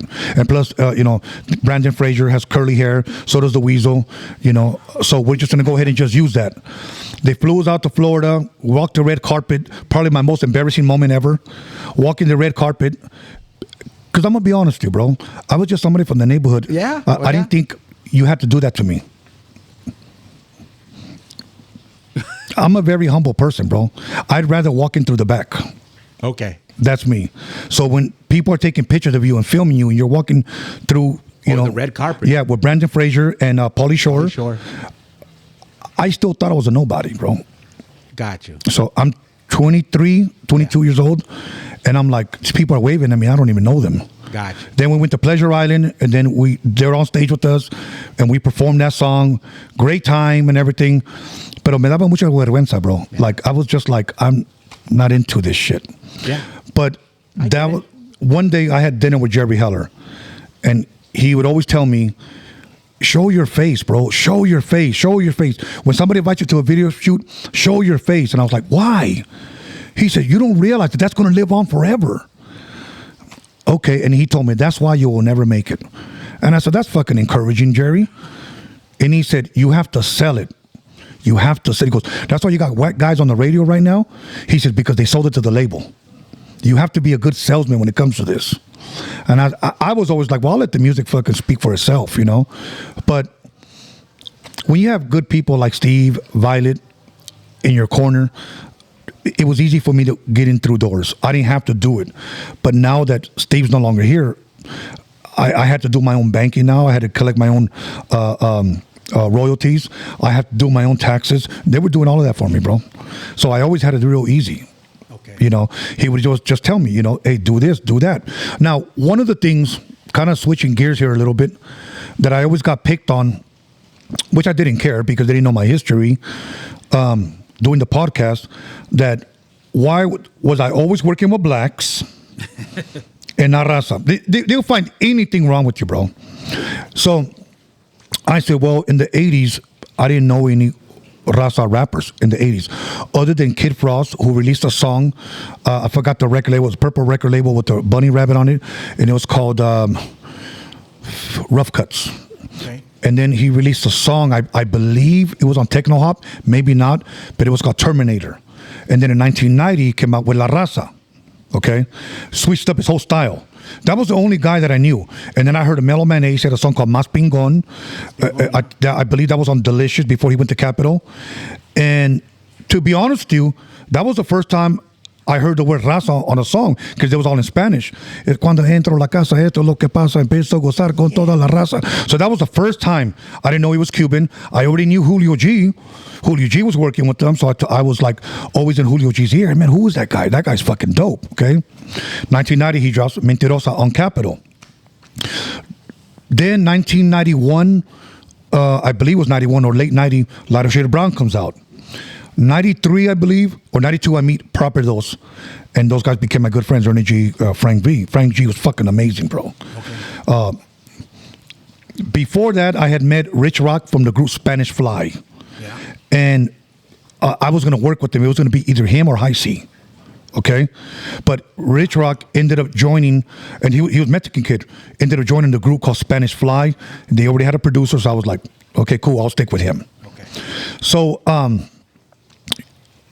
other than that, there was really no other from LA or from that area Raza rappers, okay? There were some songs that sounded like some Chicano shit. Remember Brotherhood Creed, Hell of a? Yes. Okay. Then you had Highz in the Park Puppet. That sounded like some shit like that. So, and then comes 96. I started working on Mellow Man Ace. I started producing his record. Then in the midst of all of that, I produced for a group named Lawless from my neighborhood. Lawless. Then, and this guy fails to remember Kid Frost. I produced songs for him. Okay, I produced songs for Little Rob. This was all 96, 97. AOT, JV. I have a half an album produced by me with JV. A guy named Nino Brown. The guy from up north. The fuck's his name? He sings a song, Estilo Frio. Bro, I'll remember your name. I forgot.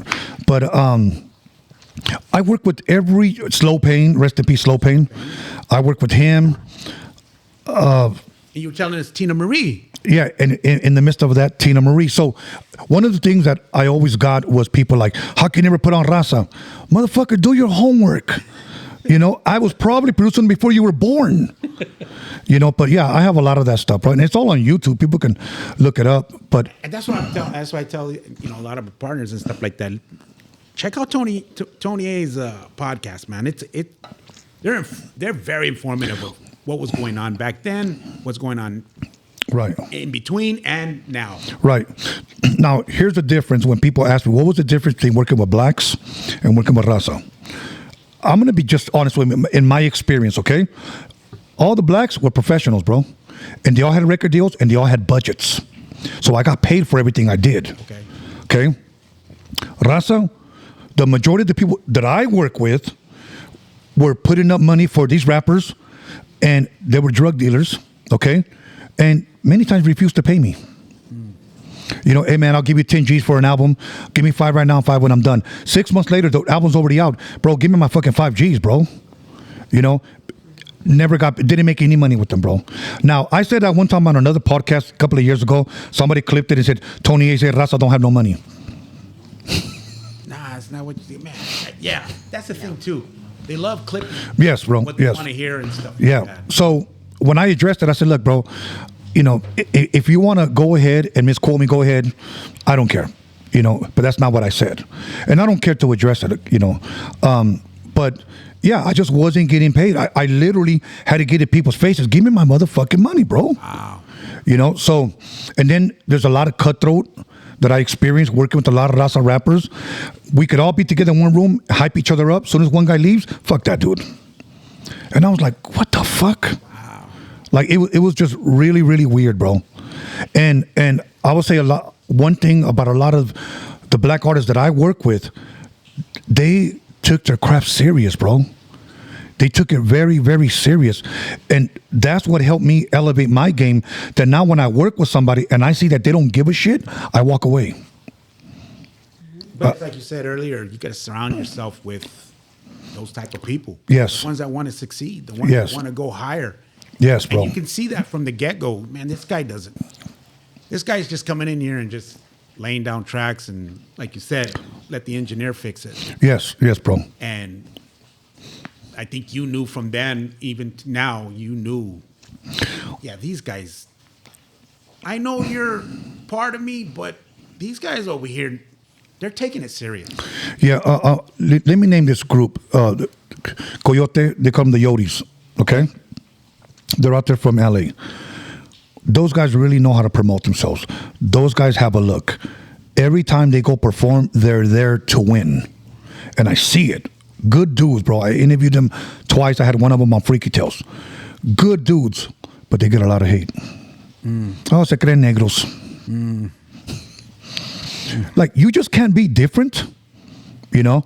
And then if you're, say, a Mexican kid and you're rapping, you have to be either or. You got to be like the blacks or you got to be raza. You know, like, you just can't be you and bring your own style. Yeah. You know? But it's sad that they box you in. If you're Chicano, you just consider Chicano rapper. Do they get labeled that fast? Do you think if you're a Chicano rapper, do they label you quick to say you're doing Chicano rap? Yes. Very quickly, bro. And not your own rap? Like, I'm just an artist. Right. No. And I truly do believe that that's just a LA thing. I'm being honest with you. I truly do believe that. I was working with a kid named Mr. D. Okay? Okay. And I'm still going to say this, and I still love him. Okay? I met him when he was 20 years old. I think he's 25 now. There was something very special about this guy, bro. And I wanted to get a hold of him, so I finally got a hold of him. And I saw where he was. Say that a 10, on a scale of 1 to 10, 10 is great, and 1 is at the bottom. I saw that he was possibly a rough 6. But I knew with a little chiseling, I can get him up to an 8 or a 9 kind of quick, okay? Started working with him. One of the things that he feared, okay, and this is one thing I want us to learn about this. He feared that people were going to find out what nationality he truly was. Everybody was calling him the Mexican Tupac. He's the one. The Mexican Tupac. So one day we sat down and I said, what are you, man? And he said, Guatemalan and Salvadorian. And he said, and I know once they find out, they're not going to support me. And you know what? He was right. He was right. Because he was a Mexican. Fuck that cerote. Fuck that fucking lame. Fuck that, you know. Yeah, he received his share of hate, bro. Because he just couldn't just be an artist. Out there, fuck that. He's fake. Wanna be Mexican. Yeah, that's sad. It is. It's awful, bro. It's awful. And his manager, bro, I had him set up, bro. Put it this way. And this was a good thing. There was a guy named Rashidi Harper. He's Dr. Dre's cameraman. Okay. I consider him a good friend of mine now, okay? The reason why I'm saying this is because when I finished my documentary, I reached out to him. And I said, can I have a lunch with you? I just want your opinion. And he said, I'll give you 20 minutes. No problem. He's on a whole different other level. He's done documentaries. He did on FX channel, Hip Hop Uncovered, all the drug dealers that invested. He did a documentary. Oh, yeah. That's him. Yeah, that's him. That's him, yeah. Okay. And I, thank God, he gave me the opportunity to interview him twice. So I go to Pasadena and I have lunch with him. He sits down and he goes, we had a conversation. He started asking me how I knew Dre and when I knew him. Well, that lunch turned into 2 hours. Okay. So I gave him my hard drive and I said, the documentary's in there. There's the 1 hour version. That's for the film festival. And this was 2019. COVID hadn't hit yet. And I said, and this is the 3 hour one if you want to watch it. And he said, well, I'll probably watch maybe the first 5 minutes of the 1 hour one. I'll let you know. No problem. About an hour later, he calls me and he says, Tony, he says, you have a winner here. He said, I just finished the 1 hour version. He said, who edited this? And I said, well, I sat down next to my friend. I didn't touch anything, but I said, cut this, add this overlay, add this transition, add this picture, have it coming like this. So, and I said, I did, bro, but he just worked the computer. He goes, you cannot tell me that this is your first time directing, bro. And I said, why you say that? He goes, it's really fucking good. He goes, I'm going to watch the 3 hour one. Wow. And I said, okay. So he calls me. The mistake that we did is that we were already letting people view it on our website if you paid. Right. Okay. And we made some pretty good money. I mean, we weren't going to get rich off it, but we were making some pretty good money. And he said, bro, he said, it's too late. He said, I could have sold this for you, bro. And I didn't know the formats of selling. He says, what you do next time you think of it. And I'm kicking game for people that want to take things to Netflix, to Amazon or whatever. That 3 hour one, I could have cut in 3 and it could have been episode 4, episode 1, 2, 3, 4. Wow. He said, they just don't want one. They want series. They want a series. Yeah. And I said, I didn't know that, bro. And he goes, bro. So I introduced him to this kid, Mr. D, and he liked him so much. And you know what? Who he had favor with? Blacks. Oh. They just liked him, bro. And I told him, it doesn't matter if Raza doesn't like you, bro. It doesn't matter. Okay, you keep going forward. As long as this game is good. Yes. Good. As long as your game is good. There was a guy from up north. He was a director, and he contacted me and goes, "Hey, bro, I like that kid, bro. There was just something about him that was so likable." He goes, his interviews, the way he talks. He said, "I have an independent film. I could pay him. Maybe he might take a little bit of acting classes, but I want him to be the lead actor in my movie." Okay, I took him to Be Real's podcast. I took him to a guy named Soren Baker, who worked for the LA Times, Source Magazine. Interviewed him, bro. The sky was the limit, bro. The shit was about to take off. I'm not going to mention this guy's name, but I'll say his manager at the time pretty much convinced him otherwise. We don't need Tony. Let's go this way. And the rest is history. Nothing ever happened. 5 years later, he's working at a job. Wow. Yeah. Now, there are people that will sabotage your career, bro. And I've seen it, bro. And then there are people that say, you know, I feel like life robbed me. And you know what I tell them? It was probably an inside job. The majority of these people do it to themselves. There's three artists. One of them was Mr. D. The other two I won't mention. But one of them, I thought this guy was really fucking talented, bro. He had a real East Coast style of flavor. I sent the video to my boy who lives in Harlem. When I go to New York, that's who I go stay with. And he said, yo, this fucking kid is dope, bro. He's dope. Like, he could fucking spit. Like, he's got game that dust all of these, and I'm just going to say, these Chicano rappers that are rapping about fucking the high night hitting switches and tortas, okay? Uh-huh. So I said, hey, man, I want to work with you, bro. I want to, three people, only three that I've ever said that to. And he turned me down. He did. But he was honest with me. He said, I'm still active, bro. He said, I get fucked up, drive around 3 o'clock in the morning with my 9mm on my fucking lap, looking for the fucking enemy. He said, and he told me, he said, I'm a liability, bro. You don't want to invest in me. And I said, okay. And he has game like that. He has game like that, bro. I seen him not too long ago. He hasn't done anything, bro. And that was maybe like 4 years ago when that happened. So it's hard and sad when you see that young talent. Yes. They're so good. And, you know, I know there's a lot of young Chicano artists that come out of, that are in Cali right now, that are in San Diego, all the way up to the Bay. And there's some, they're pretty good. And it's unfortunate and sad. You know, it was a couple years ago, I think it was Money Sign Suede. Yes. That I thought, I saw a lot of talent in him. Yeah. I heard a lot of talent in him when I heard his music. And it's just so heartbreaking when, you know, what, like his situation where he ended up going to prison and then he gets killed in there, and then it goes back again to the haters, to what you're saying, and it goes back to Raza in there, and you know, and Yes. killing each other instead of lifting each other up and supporting one another, right. to make it happen. And that it's very hard and disappointing to hear the stories. You know, earlier when we started talking, I said, whatever you ask about, I'm going to tell you the truth, okay? Here's what's going on in LA, okay? When I started podcasting, I'm not saying I was the first one, because I liked Joe Rogan. Right. I mean, he has a lot of scientists and a lot of authors, a lot of politicians. I learn. I tune in because I want to learn something. Sure. Okay. A lot of these podcasters saw that creating drama, gossiping, and starting beefs brought numbers. Yeah. So that's what they all turned into, because a lot of these guys are not talented, but they have internet. They can go live and just start gossiping, and they get in numbers. Then they start thinking that they're on top. They're number one. Every podcaster, Raza podcast in LA, is at each other's throats. They don't get along. None of them get along, bro. None of them. They all talk about each other, bro. So I stay away, but you know, they try to suck you in, you know. I stay away from all that because look, bro, I know my worth, and I know that I have talent. I got history out there. And this is not to put anybody down, but they don't. And a lot of times that's what they use. Oh, this motherfucker thinks he's all that. No, I know what I've done though. Right. You know, so Yeah, I mean, you're just talking about and using what you've experienced. Yes. That's what you're doing. right.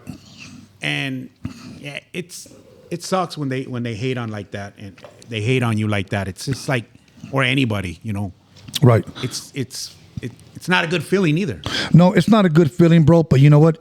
One thing that I want to encourage everybody that's doing it to continue to move forward, bro. Yep. Yeah. Yep. Because always remember this, that the hate always comes from the bottom. It never comes from the top. No. Up here, we're collabing, we're working together. The hate always comes from the bottom, bro. You know, I mean, is your life that bad that you have to go and make a fake YouTube page, a fake Instagram page, just to go stalk and talk crap to somebody? I mean, if you don't like that person, just hate them with your chest sticking out, bro, and let them know, I don't like you, bro, or something. You know, whenever I go live on Freaky Tales, I want to thank everybody on the live chat, everybody decide not to be on the live chat, and those of you podcasters with the fake pages that are tuning in, welcome. That's how I handle them, bro. And the majority of the time where I go places, bro, I go by myself. And I tell people, I mean, you're here. A lot of times, you're here with yes. us by yourself. Yes, a lot of times when I go to events, I go by myself. And I've had dudes like, hey, bro, you're a fucking real one. And I ask, why do you say that? Well, because you said you pretty much go everywhere by yourself. Yeah, I do. I don't need an entourage, bro. Oh, okay. And the majority of the time is those guys that are like 5 guys deep and, you know, but nobody really approaches me one-on-one, bro. It's usually when they're with a crowd. So I think I seen that when you talked about that earlier too, about when you walk the red carpet at Encino, man. That's not right. That's not your scene. No, it's really not. Even though my kids, they Dad, are you serious? You know, that's one thing I don't do on the pod. Unless I bring up my family, I don't want anybody bringing them up. Right. I believe a private life is a happy life. I've known podcasters that weren't as big, but they would bring on their wives or their daughters. And believe it or not, just start leaving nasty messages to the wife and to the daughter. And that's just meant to get under your skin. Yeah. So I don't do that, bro. You know, so I can go deeper into that because I've had incidents where at times I've tagged my daughters on a picture. I remember one time, I'll give you one story. My daughter was, I think, 16, I believe. She had started her first job, I think at Hollister. I went and dropped her off, took a picture of her, and I posted, I tagged her.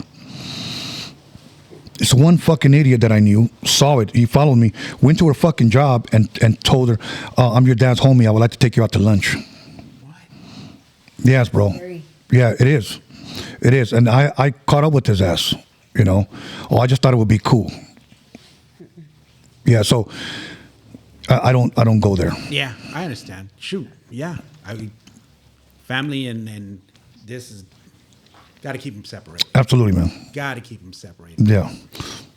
So now you're out. You're still, you know, what's next year is the 35th anniversary of Scandalous. Yeah, right? and December 10th, it'll be 34. 34 This year. This year. This year, yeah. So Right. next year, 35. You know, I was looking back. You posted the other day, 91. You posted Quick, Scandalous, AMG, and Second and None's album. What a great year for music. Yeah. 91. Dope ass time for music. Yes, yes. And you're part of that. And that's great, man. I mean, Yeah. we had all those albums, you know, the cassette tapes. We had the cassette tapes, you know, back in the days. I think some of us had enough money to get the DVD too, or not the DVD, The CD, when it came in the long box. It came in the long box. You know? Yes. Yes. Too many trees to make that little box. You know, I think, let me share with you probably one of my greatest moments ever to music. If there's a great moment, it was this one. We were at a radio station in San Francisco, KMEL. This was the first time I've ever gone to Frisco. And it's 91, I believe. Because I know we had 2 singles out. I'm not sure. No, the album hadn't came out yet, so it was before December. So me, Highz, AMG, and Steve Yano, we go to the radio station. And the DJ there didn't really like our stuff. But since we were signed to Disney, we had an appointed interview live. Well, this guy decided to bring on a independent rapper that he liked. to share our interview time, bro. Yes, that was very disrespectful of him, okay? Some people said it's actually bigger than Power 106. So we were there in 1990, mid-year, and the DJ there didn't really like our stuff. He didn't really care for our stuff. He thought our stuff was soft. I get it, cool. He had an independent rapper there that he really liked, that he was more of a lyricist. So he brought him on to our time to interview us together. He wanted to split the time. Yeah. The guy that was there, I don't know who, I don't still remember who in the hell he is, but he andaba bien marihuano. He was fucked up. And the way his body language said everything, he was like, Really? like he didn't want to be there. Wow. And this is a big radio station, bro, like the biggest. And the guy's asking him questions that, yeah, man, yeah, you know, just roll a blunt, throw the beat on, you know. Like that was his response to all the questions. We're still waiting there, bro, and nothing. So and then he just says, so when do we plan to hear this? And the guy said this on air. Man, what the fuck is up with all these questions? He knew that this was an interview, bro. And the guy got really, really hot, bro. The DJ, and he was like, okay, well, hang in there, young man. He goes, oh, okay, well, let's talk to you guys. Okay, you guys got an album out, and I answered every question. I elaborated well. Highz really didn't say too much, but I kept it respectful. And he said, let's go over this song. You know, this song right here is called Too Drunk. And I said, yeah, it's called Too Drunk to F. And he was like, do you speak from personal experiences? And I was like, yes, we both do. And he says, and right here it says, you have a song called Two at a Time. Yes. You speak from personal experiences? Yes. And he started laughing, you know. And he was like, okay. He goes, leave my curls alone. What's that about? You tell him. I said, because his hair looks like a cup of noodles, you know. Greasy green. Yeah. And then he was like, well, I just wet everybody's shit up, you know. Well, he didn't curse. I wet everybody's stuff up, you know. When I sit on the couch, when I get in your car, it's just my pillow. It's just the way it is. So I wanted to make fun of it. He goes, where did the idea come from? Because this song has two hooks. Right. The beginning, it says, all the girls, they just love me, but majority girls greasy. And I said, that came from my idea. However do you want it? However do you need it? Yeah. Okay, and then he goes, what about leave my curl alone? I said, well, Roger needed to make some money, so he left. Roger and Zapp started up his own record label, produced a group called New Horizons, and he had a song called Leave My Thing Alone. And leave my thing alone. So we combined two choruses, and we made a song. Wow, that's pretty neat. So he started getting a little bit interest. Yes. So at the very end of the show, he dismisses dude and he leaves. And he comes up to me and he says, hey, man, I just want to thank you for being respectful. I'm going to be honest with you, bro. He goes, I didn't really like your stuff. I didn't want to interview your stuff. He said, but you guys won me over, man. He said, he goes, and I just want to thank you. He says, and because of that, I'm going to put your song, that puppet song, on regular rotation. Oh, wow. And then I said, wow, that's amazing. That's amazing. So then he said, have you ever heard your song on the radio? And I said, no. And he says, well, go to your car right now because I'm going to play it. Dope. And, bro, I fucking cried, bro. Dope. Yes. And I'm going to tell you why. Because when I did that song in my bedroom, it was just for a mixtape. It was never supposed to go anywhere. Really? Yeah, it was just for a mixtape. Wow. And Steve sold so many of those that he just said, let's do another one. I had a compilation record called Aslan Oldies, and it had I'm Your Puppet on there, so we just used that. The bottom beat, I didn't even loop anything from the drum machine. My mixer that Steve bought me had a sampler, and it samples one bar. One bar is 1, 2, 3, 4, which is then it loops. So I just looped it, a beat from Ultimate Breaks and Beats, stopped it, played it, got a good level. Okay, track that, Steve. We recorded it on a 4-track, and then I got I'm Your Puppet, put it on there. I wrote that motherfucker like 30 times, bro, on top of that bottom beat. Then I started adding scratches to it, okay? That was it. Highz rapped to it. He was getting his clown on. He sold it really, really well to Swap Meet. I got my $200. He paid Highz $100. The next month, he said, let's do another one like that. Those are selling. All right, cool, no problem. Well, I turned the record over. I played Sit in the Park, and Highz said, okay, let's do that. So we did it. I did the same thing with that sampler on my mixer, and this time my sample substitution. Cap, it just loops again. tracked it, rolled the record over, and he started because of the drum loop. Oh, what shall I do? Sitting in the park, waiting for you. And one thing about him, he always had pre-hooks before the hook came on. Sitting in the park. Okay, which is missing a lot in today's raps. Yes. He did it with Boys in the Hood. Okay, then the chorus come in, the chorus of scratching. Okay, that's a formula, bro, and it always works. Okay, so we did it for the swap meet. A record executive comes to the swap meet one day. His name's Stuart Cohen. I still have his card, and he said, "Hey, who did this tape?"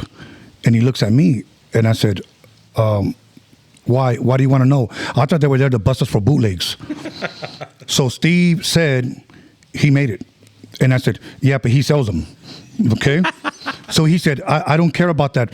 It says Highz on here. I'm not your puppet right here. Because I named that tape after Highz. And he says, well, Disney just opened up a record label called Hollywood Records, and we're looking to possibly sign him. Where can I meet him? And I said, okay, well, I'll walk you over there.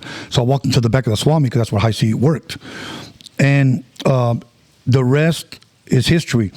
But let me give you guys something that literally changed my whole life, okay? And I have to share this because I've never shared this before. Do it. 6 months had passed and nothing. We hadn't heard anything. I was still doing the mixtapes for Steve, and I got a little like bummed out. So I went back to slanging dope, 20s here and there. Coming from a Mexican home, you don't do that, okay? You work for your money, and that's the way my father always taught me. So my mom finds my dope, what little dope I had. I think I had like 100 double up, $300. She burns my money, flushes the dope down the toilet. That really fucked me up. She kicked me out of the house, okay? And that was probably the biggest blessing that I had ever gotten. I had a broken wrist. I had knocked this dude out previously, and I had like 5 pins in my hand. A broken wrist. With what I was wearing is what she kicked me out on. I had a tank top on, some green Ben Davis, and some Nike Cortez, and she said, get out of here. And I just said, okay. I didn't know where to go. But that's when I found out who were my real friends and who weren't. Because I asked a couple of those guys that I thought were my close friends, can I spend the night with you? Can I spend the night with you? So I was pretty much like a week homeless. One time I slept upstairs at my old school. I found a way to get into the hallway, and I just slept by myself. Okay? Steve Llanos in Florida. He's vacationing. We don't have a home phone. We were just broke at my mom's house. So there was no way to contact my family to contact me. So my friend Angel, he comes looking for me at his motorcycle. And he says, bro, where in the fuck you been? And I said, just right here, bro. You know? And he goes, come to my house, hop on. Why? Steve's going to call you right now. Why? He's going to call you. He's in Florida. I said, I know he's in Florida. He just come to my house. This day forever changed my life, bro. He calls and I answer. He goes, Tony, I'm flying in tomorrow. And I said, okay. He said, today's Saturday. Today is Sunday. Tomorrow's going to be Sunday. We have a meeting at Hollywood Records, and they want to sign us for $140,000. Hell yeah. And I said, are you serious? And he was like, yes. He said, I'm going to pick you up. So he came from Whittier to Wilmington to Burbank. Okay, pick me up. And they said, we're going to sign the first single, I'm Not Your Puppet, first. We're going to give you guys $40,000. And if it sells good, we're going to take the album for another 100. And we said, okay, we're going to go ahead and do it. And I remember when I got my first check, Steve says, hey, come to my house tomorrow. I'm going to cut you a check, because they would always cut the checks to him. And my first check was almost $10,000. Okay?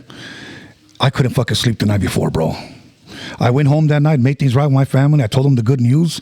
They accepted me back, got my shit together. Okay? Now I feel like I had purpose.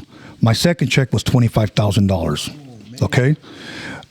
Within 3 years there, we were signed for 7, but my first 3 years, I must have made a little bit over $250,000, bro. I went out and bought a brand new Mercedes-Benz, you know, got me a place by the beach. I wanted to get away from the hood, you know, bought equipment. My whole life had just changed, bro.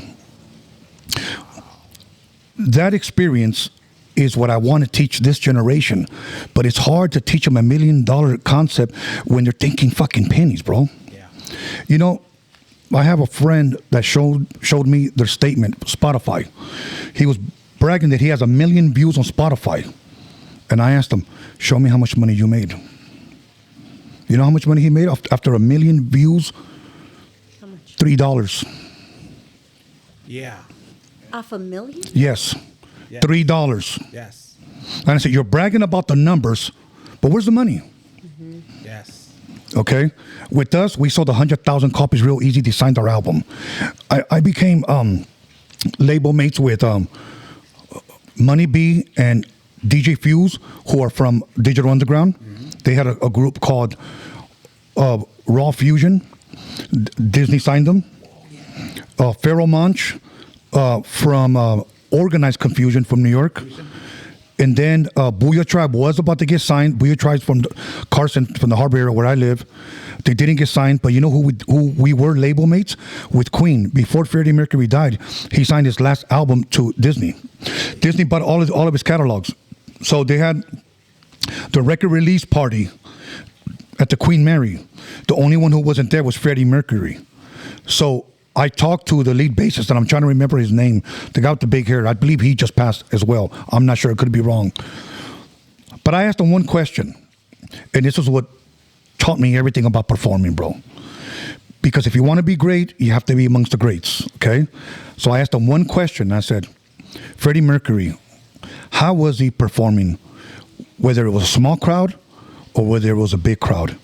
And he said, that's an interesting question. He says, I will say this. He said, what I took a liking to Freddie, that we were just a band at first, and sometimes there would be 5, 10, 15 people, and he gave it everything. He said, and then when we had 14,000 people, 100,000 people, he gave it everything. That's Freddie Mercury. Yes, and that stuck with me. So one day, me and Highz are performing, and the club probably fit maybe about 500 people. I'm not going to lie to you. Maybe not even 100 people showed up. And he didn't want to go on. Fuck that. Let's just go out there and give him a bullshit show. And I said, no. Those people that came, they bought a ticket to see us. We're going to give these less than 100 people a great fucking show. Now, keep in mind, we come from the era where people are not holding up their cell phone. They're participating, waving their arms, yelling, and we rocked that motherfucker, bro. We rocked it, bro. So that's the mentality. Those are things that I like to tell this generation. It doesn't matter because they get bummed out when there's 10 people out there.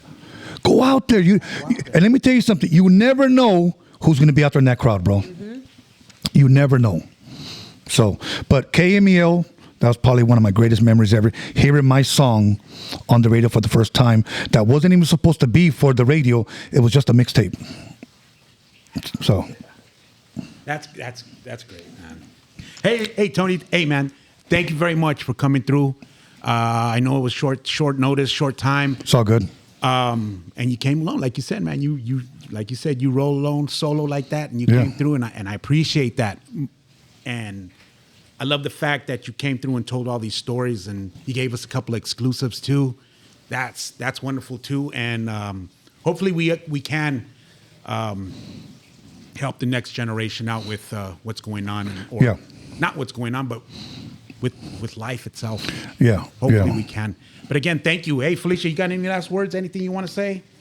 No, thank you. You're very inspirational, and it's been an absolute honor to sit here and talk with you and hear all of your stories. Thank you very much. And of course, I got to say bye, Felicia. Other than that, hey, this is SeunevA Lifestyles presents Waas Sappening. Please hit subscribe, like, and follow us. Thank you. All good.